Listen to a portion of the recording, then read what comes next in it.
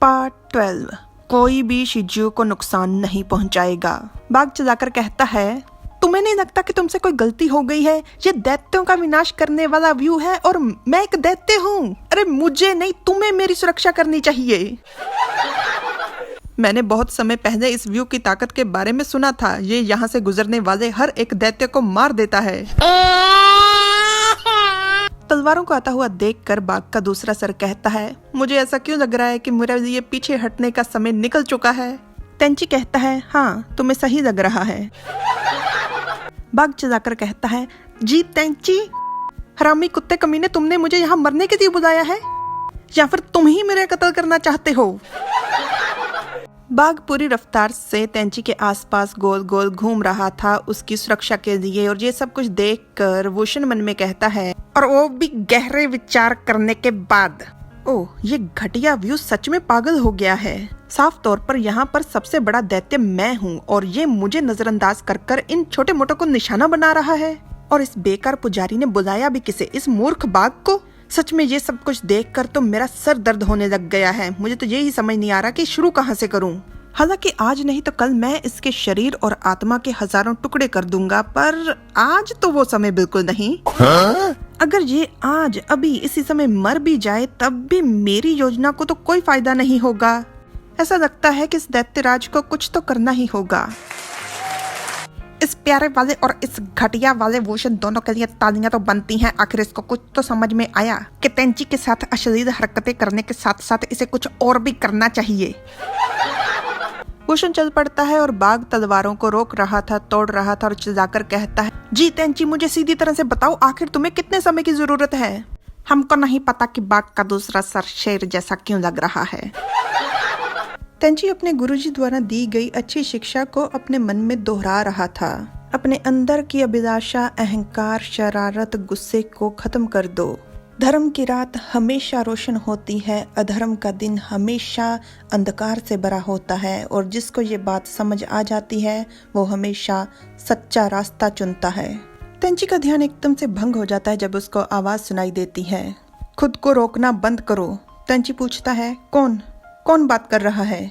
तो वो आवाज कहती है, खुद को इस तरह से दबाने की कोई जरूरत नहीं, अपने दिल को आजाद कर दो, मैं तुम्हारी मदद कर सकता हूँ। ज्यादा समय नहीं बचा, आओ मैं तुम्हारी मदद कर सकता हूँ यहाँ से निकलने में, और वो भी सही सलामत।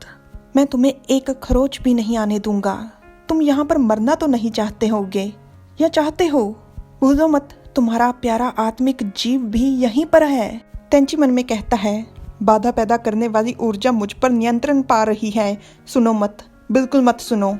इस दौरान वुशन पहुंच चुका है एक जगह पर। वहां पर इधर उधर देखते हुए वो कहता है, हाँ यहीं पर। ये एक तालाब था और पानी में घुसकर वुशन तुरंत अपना रूप बदल देता है। वुशन मन में कहता है, वो बूढ़ा पुजारी थोड़ा पाखंडी है। एक मिनट, तुमने बूढ़ा किसको बोला? शन को? वैसे उसने पाखंडी भी बोला, पर आपको इस जानलेवा व्यू का जीवित प्रवेश द्वार इस पवित्र कमल के फूल के दिल में छुपाया है। अगर वो दुनिया में मौजूद हर एक जीवित चीज से इतना प्रेम करता था तो उसे इतने बड़े नरसंहार और मेरे सांप दैत्य जाति के विनाश का कारण नहीं बनना चाहिए था, जिस कारण मेरी जाति एकदम खत्म होने की कगार पर थी। वो युद्ध दो जातियों के बीच में था। वुशन फूल की तरफ बढ़ रहा था जिस कारण पानी हिल रहा था, पर जब वो रुक जाता है तो पानी भी रुक जाता है, जिस कारण उसे कुछ नजर आता है, पानी में अपना ही चेहरा। तेंची ने जो वुशन को उसके सर पर हेडबैंड पहनाया था वो इंसान का रूप लेने के बाद भी उसके सर पर है, जिसको देखकर वुशन की प्रतिक्रिया है, वुशन उसके कान पकड़कर उसे उतारने की कोशिश कर रहा है, पर वो नहीं उतर रहा, और वो चिल्लाकर कहता है, जी तेंची। तेंची से वो आवाज कहती है, क्या तुम्हें सच में कोई परवाह नहीं शिजू के जीने मरने की? ये बात सुनकर तेंची की आंखें लाल हो चुकी हैं। वो अपने मन में कहता है, मेरा शिजू, उसे कुछ नहीं होगा, मैं उसे कुछ नहीं होने दूंगा। तेंची के आसपास उठने वाली लाल और काले रंग की धुएं जैसी रोशनी को देखकर बाघ कहता है, जी तेंची, तुम्हें क्या हुआ? क्या तुम ठीक तो हो ना? तुम सच में इस समय बहुत ही डरावने लग रहे हो। तेंची को इस तरह से देखकर बाघ पूरी तरह से डर गया था। ओए जी तेंची, जल्दी होश में आओ। स्वर्ग खोजी कबीले का च्यून पर्वत। रात हो चुकी है, परिंदे अपने घोंसलों की तरफ वापस लौट रहे हैं और शन फिर से सुट्टा खींच रहा है, वो भी अपने विद्यार्थियों को अपने पास खड़े करके। और हाँ, उनमें से ये विद्यार्थी जो पहले दर्जे, दूसरे कौन से दर्जे की, जो भी दर्जे की पंखा देते हुए कहती है, कितना समय हो गया है, कोई हलचल नहीं हुई, पक्का वो किसी न किसी खतरे में है। विद्यार्थी आपस में बातें करते हुए कहते हैं, वो खुद ही जाना चाहता था, हमें कोई इल्जाम नहीं दे सकता, मुझे नहीं लगता कि वो वापस आएगा। रात के खाने का समय हो गया है, हमें चलना चाहिए। अब ऐसा तो नहीं है कि हम सारी जिंदगी यहाँ पर खड़े रहकर उसके बाहर आने का इंतजार करते रहें। जोरदार धमाका होता है और धुएं में से एक परछाई नजर आती है, जिसे देखकर शन कहता है, जी तेंची, क्या जी तेंची है वो? पता है चश्मे के बिना नहीं दिखता तो लगाकर क्यों नहीं रखते? और सुट्टे भी कम खींचा करो, नशे में इंसान को वैसे ही कम दिखाई देता है। विद्यार्थियों में फिर से हलचल मच जाती है, क्या रहा है?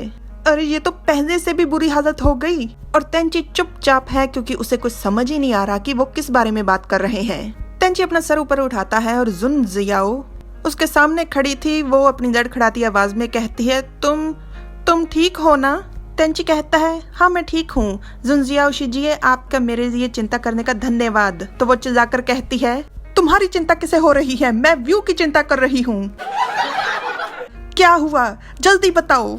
जी हाँ, जो व्यू का निशान था जिन और जांग का सुनहरे रंग का, वो अब लापता है। तुम तो अंदर कमी ढूंढने गए थे, तो व्यू दोबारा से खराब कैसे हो गया?